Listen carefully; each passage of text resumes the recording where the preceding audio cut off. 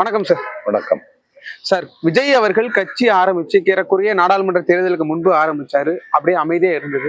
இன்றைக்கு அவருடைய கட்சியினுடைய மிக மிக முக்கியமான கட்சி கொடியை அறிமுகம் செய்து வைத்திருக்கிறார். முதல்ல அதை எப்படி பாக்குறீங்க? அறிமுகம் செய்தாச்சு. அவரே தான் வெளியிட்டு இருக்கிறாரு. என்ன நிறம்? மேல ரெட்டு, நடுவுல மஞ்சள், கீழே ரெட்டு. ஓஹோ. அந்த பூ போட்டு உள்ள மயில் தோகை விரிச்ச மாதிரி இருக்கு. 2 சைடு யானை இருக்கு. எப்படி பாக்குறீங்க? தம்பி விஜய்க்கு என்னுடைய வாழ்த்துக்கள்.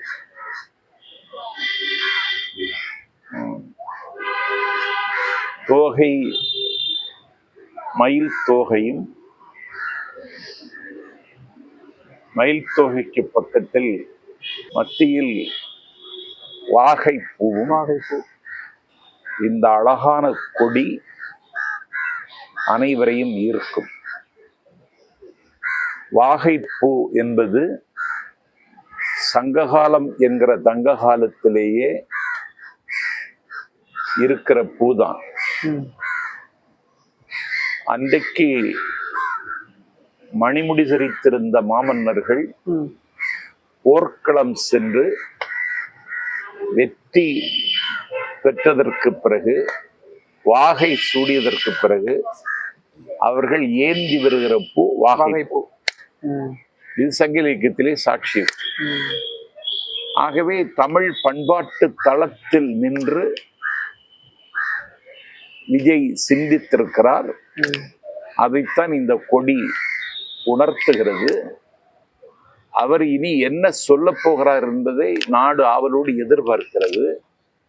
அவரோடு ஒட்டி கொள்ள வேண்டும், உறவாட வேண்டும், அவரோடு சேர்ந்து களம் காண வேண்டும் என்று இந்தியாவில் அதிகாரத்தில் இருக்கிற கட்சி ஆசைப்படுகிறது. பங்காளிகளோடும் பகையாளிகளோடும் கூட்டணி இல்லை, மாமன் மச்சானோடு தான் கூட்டணி என்று மாமன் மச்சான் என்று தம்பி விஜயை உறவு கொள்ள ஆரம்பித்திருக்கிறார் அண்ணாமலை. சீமான் அவர்களும் உறவு கொள்ள ஆரம்பித்திருக்கிறார். தம்பி தம்பி என்று தாங்குகிறார். இந்த நாட்டில் ஒரு தற்குறியை போல பேசுகிற சீமா. தம்பிகிட்ட இருந்து வரட்டும் அப்படின்னு அவருடைய அழைப்புக்காக காத்திருக்கிறார் மரியாதைக்குரிய நண்பர் சீமா. அது போல தமிழருவி மணியன் என்கிற அரசியல் புறம்போக்குகள், அரசியல் அனாதைகள், இந்த நாட்டுல காமராஜரின் காலடியில் வளர்ந்தேன் என்று கதை விட்டு பிழைப்படத்துகிற பிழைப்புவாதிகள் தம்பி விஜய் அழைக்க மாட்டாரா என்று ஏங்குகிறார்கள். அதை போல தமிழர் தன்னுரிமை கட்சி என்றொரு கட்சியை தொடங்கி நித்தம் நிறம் மாறுகிற நான் மிக மதிக்கின்ற சிந்தனையாளர் பழக்கற்பையா விஜய் அழைக்க மாட்டாரா என்று இயங்குகிறார். அதை தாண்டி உங்களை போன்ற லட்சக்கணக்கான இளைஞர்கள் அவரை நேசிக்கிறார்கள். அந்த வாலிப நெஞ்சங்களின் நெஞ்சில் அவர் பள்ளி கொண்டிருக்கிறார். நுளம்பூர் அதுல ஒலிம்பிக்கில் பதக்கம் பெற்ற பானு பாக்கர் அவர்களுக்கு ஒரு பாராட்டு விழாவை வேலம்மாள் கல்வி நிறுவனம் நடத்தியது. அதற்கு பானு பாக்கர் வந்திருந்தார்கள். அவர்கள் அங்கே உரையாற்றிவிட்டு பானு பாக்கரிடத்தில் சில கேள்விகளை வைத்தார்கள். அதுல ஒரு கேள்வி, ஆக்டர் விஜய் உங்களுக்கு தெரியுமா என்று கேட்ட பொழுது, எனக்கு அவரை நன்றாக தெரியும், நான் அவருடைய fan, he is my darling அப்படின்னு. he is my darling, அவருடைய ஃபேன் நான் என்று அவர் அறிவிக்கிறார். அங்கே கடல் போல் சங்கமித்திருந்த மாணவர்கள் கைதட்டி ஆரவாரம் செய்கிறார்கள். ஆகவே தம்பி விஜயினுடைய தொடக்கம் நன்றாகத்தான் இருக்கிறது. அவர் எந்த திசை நோக்கி பயணிக்கிறார் என்று அறிவித்ததற்கு பிறகுதான் சினிமா மட்டும் மூலதனமாக வைத்துக் கொண்டு கட்சி தொடங்கினால் அந்த கட்சி கரை சேரும் என்று உறுதியாகவும் உத்தரவாதமாகவும் சொல்ல முடியாது. தம்பி விஜயை விட மிகச்சிறந்த நடிகர் சிவாஜி கணேசன், நடிகர் திலகம் என்று கொண்டாடப்பட்டவர். இன்னும் சொல்ல போனால் எல்லா நடிகர்களுக்கும் கண்கள் பேசும், ஆனால் சிவாஜி கணேசனுக்கு அங்கமே பேசும். அந்த ஆகச்சிறந்த நடிகன், செவாலிய விருது பெற்ற நடிகர் தான் போட்டியிட்ட தன்னுடைய தொட்டில் பிரதேசத்தில் தோற்று போனார். இதையெல்லாம் கணக்கில் எடுத்துக்கொள்ள வேண்டும். நல்ல இசையமைப்பாளர், மிகச்சிறந்த பாடகர். இந்த நாட்டில் ஒருதலை ராகம் மூலம் அறிமுகமான டி ராஜேந்தர் தொடங்கிய கட்சி இன்றைக்கு உயிரோடு இல்லை. சமத்துவ மக்கள் கட்சி என்று ஒரு கட்சி தொடங்கினார் நடிகர் சரத்குமார். அவர் இன்றைக்கு காவியில் கரைந்து விட்டார். பாஜகவில் அஸ்தானமாகிவிட்டார். காவியில் கரைந்து விட்டார். சிஸ்டம் சரியில்லை என்று கட்சி தொடங்குவதற்கு ஒத்திகை பார்த்த சூப்பர் ஸ்டார் ரஜினிகாந்த் இன்றைக்கும் லட்சக்கணக்கான ரசிகர்களை தன் கையில் வைத்திருக்கிற ரஜினிகாந்த் தமிழ்நாட்டு சூழலில் கட்சி தொடங்கினால் காணாமல் போய்விடுவோம் என்று பின்வாங்கிவிட்டார். நடிகர் பாக்யராஜ், அவருடைய மௌன கீதங்கள் படத்தை நானே 3 தடவை பார்த்திருக்கிறேன். மூக்குத்தி பூ மேலே காத்து உட்கார்ந்து பேசுதமா என்று பாக்யராஜும் சரிதாவும் நடித்த நடிப்பு அப்படி ஒரு நடிப்பு. அந்த பாக்யராஜ் எம்ஜிஆரினுடைய கலை வாரிசு என்று சொல்லிக் கொண்டு கட்சி தொடங்கினார், காணாமல் போனார். அதனால சினிமா மட்டும் மூலதனம் இல்லை என்பதை தம்பி விஜய்க்கு நினைவூட்டுவது என்னுடைய கடமை. கொடியை விட்டே இன்னொரு கேள்வியும் கேட்கணும்னு நினைக்கிறேன். சிவப்பு, மஞ்சள், மீண்டும் சிவப்பு, இந்த பக்கம் பாத்தீங்கன்னா 2 போர் யானை, 28 நட்சத்திரங்கள். முதல்ல இந்த போர் யானை எதற்காக அறிமுகம் செய்ய நினைக்கிறாங்க? முக்கியமா கட்சியினுடைய கொடியில போர் யானை நல்ல அடையாளம், தமிழருடைய அடையாளத்தை குறிக்கிறது. போர் யானை நல்ல அடையாளம். முதல்ல தமிழர்களுடைய 4 வகை படைகள்ல யானைப்படைன்னு வேளம் என்று சொல்வார்கள். அதனால 28 நட்சத்திரங்கள். அந்த 28 நட்சத்திரம்னா அந்த 28 எண்ணிக்கை எதை புலப்படுத்துகிறதுன்னு எனக்கு தெரியல. கொடி ரொம்ப ஃபேன்சியா. இருந்தாலும் இன்னொரு கேள்வி என்னன்னா, சிவப்பு மஞ்சள்னாலே காவி நிறத்தோடு ஒப்பிடுறாங்க. இந்த உண்மையாகவே இது காவி நிறத்தோடு எதுவும் தொடர்பு இருக்கிறதா? பாஜகவோடு விஜய் அவர்கள் கூட்டணி வைப்பது வாய்ப்பு இருக்கிறதா? அதான் அந்த அதற்கான ஒரு சூழலை உருவாக்க முயற்சிக்கிறார்கள். இதற்கு தம்பி விஜய் பலியானார் என்றால் அவருடைய கட்சியும் பலி கொடுக்கப்படும். இல்ல சார், 50 ஆண்டு காலம் ஆட்சியில் மாறி மாறி ஆண்டுகிட்டு இருக்கக்கூடிய அதிமுகவும் சரி திமுகவும் சரி எவ்வளவோ டிஎம்கே கிட்டயோ இல்ல ஏடிஎம்கே கிட்டயோ பாஜக தொடர்புல இருக்கணும் முயற்சிக்கும் போது அவங்க எல்லாம் கைவிடப்படுறாங்க. விஜய் அவர்கள் இந்த ஒரு குழியில விழுவாருன்னு நினைக்கிறீங்களா? பாஜக அப்படின்ற ஒரு வேஷமிட்ட கட்சியில விழமாட்டார். ஏன்னா அவர் ஒன்றியம்னு தான் சொல்றாரு. மத்தியில் ஆட்சின்னு சொல்லிட்டு இருந்தத அண்ணன் ஸ்டாலின் தான் திராவிட மாடல் ஆட்சின்னு சொல்லி வருகிற பொழுது ஒன்றியம்னாரு. அப்போதே அது பெரிய அதிர்வலையை கிளப்பியது. தம்பி விஜயும் ஒன்றியம்னு தான் சொல்றாரு. அது மாதிரி நீட்டு தேர்வுக்கு எதிரான கருத்தில் நான் தமிழ்நாடு அரசாங்கத்தினுடைய நடவடிக்கை பாராட்டுகிறேன்கிறார்.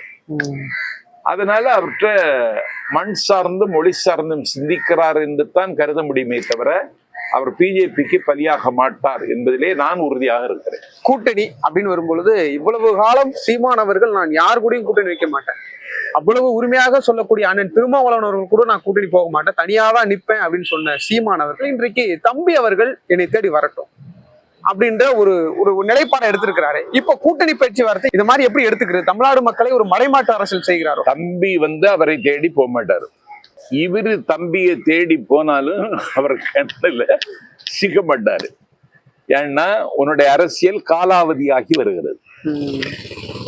உன்னுடைய தரம் கட்ட நாகரிகமற்ற பேச்சு உன்னை புதைகுழியில் உன்னை புதைத்துக் கொண்டிருக்கிறது. நீ இன்னைக்கு திருச்சி எஸ்பி வருண் அவர்களுக்கு எழுதிய மன்னிப்பு கடிதம், நீ இன்னொரு வீர சவர்கார், இன்னொரு சவர்கார், நீ வெள்ளை ஏகாதிபத்தியத்திற்கு மன்னிப்பு கடிதம் எழுதி கொடுத்து வெள்ளைக்காரின் தாளில் விழுந்து கிடந்த சவர்க்காருக்கும் சீமானுக்கும் அதிக வித்தியாசம் இல்லை. இன்றைக்கு மன்னிப்பு கடிதம் எழுதி கொடுத்தது மட்டும் இல்ல, அந்த ஃபெலிக்ஸ் அவர்களை கட்சியை விட்டு நீக்கியதன் மூலம் இந்த நாட்டில் தனக்கு பக்கத்துணையாக இருந்தவரை பாதுகாக்க வேண்டும் என்கிற உணர்வு கூட சீமானுக்கு இல்லை. ஆகவே சீமானை விட்டு எல்லோரும் விலகப் போகிறார்கள். அந்த கட்சியை கண்மூடித்தனமாக ஏதோ ஒரு அவரிடத்தில் இருக்கிறது என்ற மாயையில் சிக்கிக் கொண்டார்கள். அந்த பிம்பம் உடைந்து நொறுங்குகிறது. ஆகவே சீமான் போன்ற தரமற்ற, தகுதியற்ற, நாகரிகமற்ற, ஊக்கம் இல்லாத, உள்வலி இல்லாத உதவாக்கரையை தம்பி விஜய் நெருங்குவார் என்று கனவில் கூட கருதாது. கட்சியினுடைய பெயர் அறிமுகம் செய்யப்பட்ட பொழுது பல எதிர்பார்ப்பு, பல எதிர்ப்பு. இன்றைக்கு கொடி அறிமுகம் செய்யப்பட்டிருக்கிறது. திமுக சம்பந்தப்பட்ட ஆட்கள் நிறைய விமர்சனம் செய்து நானே யூடியூப்ல பார்த்தேன். இன்றைக்கு கொடி அறிமுகம் செய்திருக்கிறாங்க. உங்களுடைய வாழ்த்துக்களும் வரவேற்புகளும் விஜய் அவர்களுக்கு. நான் தம்பியை வாழ்த்துகிறேன். எனக்கு ஒரு 200 கோடி ரூபாய் வரையிலும்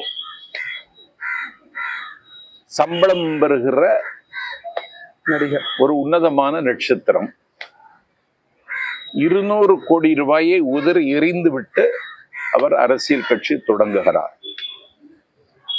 அதுக்கு முதல்ல என்னுடைய பாராட்டு. இரண்டாவது, பள்ளி மாணவர்களுக்கு மத்தியில் வெற்றி பெற்ற மாணவர்களுக்கு விருது வழங்குகிற விழா என்கிற பெயரால் பூத்து வருகிற புதிய தலைமுறையை பதியம் போடுவதற்கு அவர் எடுத்திருக்கிற முடிவை நான் வரவேற்கிறேன். அடுத்து, கிராமங்களில் நூலகம் ஒன்றை தொடங்க வேண்டும் என்று திட்டமிட்டு கொஞ்சம் இடத்துல தொடங்கிட்டாங்க. அதுவே ஒரு வாசிக்கிற தளத்தை வலு சேர்க்க வேண்டும் என்று எண்ணுகிறார். அதையும் நான் வரவேற்கிறேன். ஒரு ஒரு குறை காண வேண்டும் என்று நான் கருதல. மண் சார்ந்தும், மொழி சார்ந்தும், இனம் சார்ந்தும் உறுதியான முடிவுகளை எடுத்து அதை நடைமுறைப்படுத்துவதற்கு அவர் ஆயத்தமாக தீர வேண்டும். அதற்கான தொடக்கத்தை இன்றைக்கு தொடங்கி வைத்திருக்கிறார். என்ன சொல்ல போகிறார், என்ன செய்ய போகிறார் என்பதை அவர் அறிவிக்கட்டும். ஆனால் ஒரு பச்சை தமிழன் தம்பி விஜய் தொடங்கி இருக்கிற இந்த கட்சிக்கு என்னுடைய வாழ்த்துக்களை தெரிவித்துக் கொள்கிறேன். கட்சி ஆரம்பித்து சில மாதங்கள் ஆயிருச்சு. இவ்வளவு நாட்கள் வெறும் அமைதியை மட்டுமே மக்கள் மத்தியில காமிச்சுக்கிட்டு இருந்த விஜய் அவர்கள் தற்போது தன்னுடைய கொடியை அறிமுகம் செய்திருக்கிறார். அடுத்தபடியா தேர்தல் களம் வரப்போகிறது. அவருடைய அந்த எந்த மாதிரி இருக்கும்னு நினைக்கிறீங்க எதிர்பார்ப்பின் மத்தியில? இல்ல, தேர்தல் களம் அவருக்கு கடுமையாக இருக்கும். போட்டிகள் நிறைய இருக்கும், ரொம்ப கடுமையாக இருக்கும். ஏன்னா திமுக ஒரு பட்டத்து யானை, ஒரு 100 ஆண்டு கண்ட திராவிட இயக்கம். நேற்றைக்கு கூட லீலா பேலஸ்ல தொழில் முனைவோர்களை கூட்டிக் கொண்டு வந்து லட்சக்கணக்கான இளைஞர்களுக்கு வேலை வாய்ப்பு அளிக்கிற ஒரு திட்டத்திற்கு நேற்றைக்கு அடிக்கல் நாட்டியிருக்கிறார் முதலமைச்சர். நாளொரு திட்டத்தை அறிவிக்கிறார். ஒன்றை உடைத்து சொல்லுகிறேன், இந்த ஆட்சியில நேரடியாக பலன் பெற்றவர்கள் மட்டும் 2,88,00,000 பேர். காலம் காலமாக உதயசூரின் சின்னத்திற்கு வாக்களித்தவர்கள் தமிழர்கள். இதை தாண்டி அவர் நிற்க வேண்டுமானால் வீகம் வகுக்க வேண்டும், வீர்வை பாசனம் செய்ய வேண்டும், ஒரு நல்ல அரசியலை முன்னெடுப்பதற்கு அவர் முன்வர வேண்டும். அதிமுக கரைந்து கொண்டிருக்கிறது. பாரதிய ஜனதா கட்சிக்கு ஏற்கனவே தமிழ்நாட்டில் பாடை தயாரிக்கப்பட்டு விட்டது. என்னதான் நாஞ்சில் சம்பத் அண்ணாவை பேசினாலும், பெரியாரை பேசினாலும், கலைஞரை பேசினாலும், என்னுடைய இரத்த அணுக்களில் இருக்கின்ற என்னை இயக்கிக் கொண்டிருக்கிற திராவிடத்தை திசை அதிர பேசினாலும் ஒரு மாற்று அரசியலுக்கு தமிழ்நாட்டில் தேவை இருக்கிறது என்பதை விட ஒரு மாற்று அரசியலை தமிழ்நாட்டு மக்கள் எதிர்பார்க்கிறார்கள். அதற்கு எப்படி வடிவம் தருவது என்பதை தம்பிதான் சொல்ல வேண்டும். விஜய் வந்து ஒரு மாற்று அரசியலா இருப்பாங்கன்ற தமிழ்நாடு மக்கள் எதிர்பார்க்கிறாங்க. சார், எம்ஜிஆர் தொடங்கி இன்னைக்கு பெரிய பெரிய நட்சத்திரங்கள் வரைக்கும் நீங்களே சொன்னீங்க, பல நடிகர்கள் கட்சி ஆரம்பிச்சாங்க. அதுல கமலஹாசனை விட்டுட்டேன். இப்போ வரைக்கும் இருக்கிற கமலஹாசன் இன்னைக்கும் களத்துல இருக்காரு. இந்தியன் 2 தான் வீணா போச்சே தவிர தலை சிறந்த நடிகர். அவருடைய அவ்வை சண்முகியை நானே 3 தடவை பார்த்து வியந்தேன். எந்த பாத்திரத்துக்கும் உயிர் கொடுக்கிற அற்புதமான கலைஞர். அவரே மையத்தில் தானே நிக்கிறாரு. எம்ஜிஆருக்கு பிறகு ஒரு வலிமையான தலைவரா, தமிழ்நாட்டினுடைய முதலமைச்சரா வருவதற்கு விஜய்க்கு வாய்ப்பு இருக்கிறதா இல்லையா? உண்மையை சொல்லு. அதாவது திமுக தாண்டி உண்மையை பேசுங்க. அதாவது ஒன்ன சொல்லிடுறேன், அது எல்லாருக்கும் சொல்லணும். அத தமிழ்நாட்டுல பாட்டாளி மக்கள் கட்சி வெற்றி பெற முடியல. கேட்டீங்களா? மறுமலர்ச்சி திமுக வெற்றி பெற முடியல. ஒரு பெரும்பான்மை சாதி சார்ந்தவர்கள் தமிழ்நாட்டில் அதிகாரத்தை கைப்பற்ற முடியல. மக்கள் திலகம் எம்ஜிஆர் இந்த மண்ணில் முதலமைச்சர். அவரு மனோகரமான மலையாள மண்ணின் புதல்வன், கண்டியில் பிறந்தவர், மேனன். அவர் ஜெயலலிதா நாம் பாப்பாத்தி தான் உடைச்சு சொன்னவங்க. அது அவங்களுடைய ஆர்ஜின் வந்து கன்னடா, ஐயங்கார். அவங்க முதலமைச்சர் ஆயிட்டாங்க.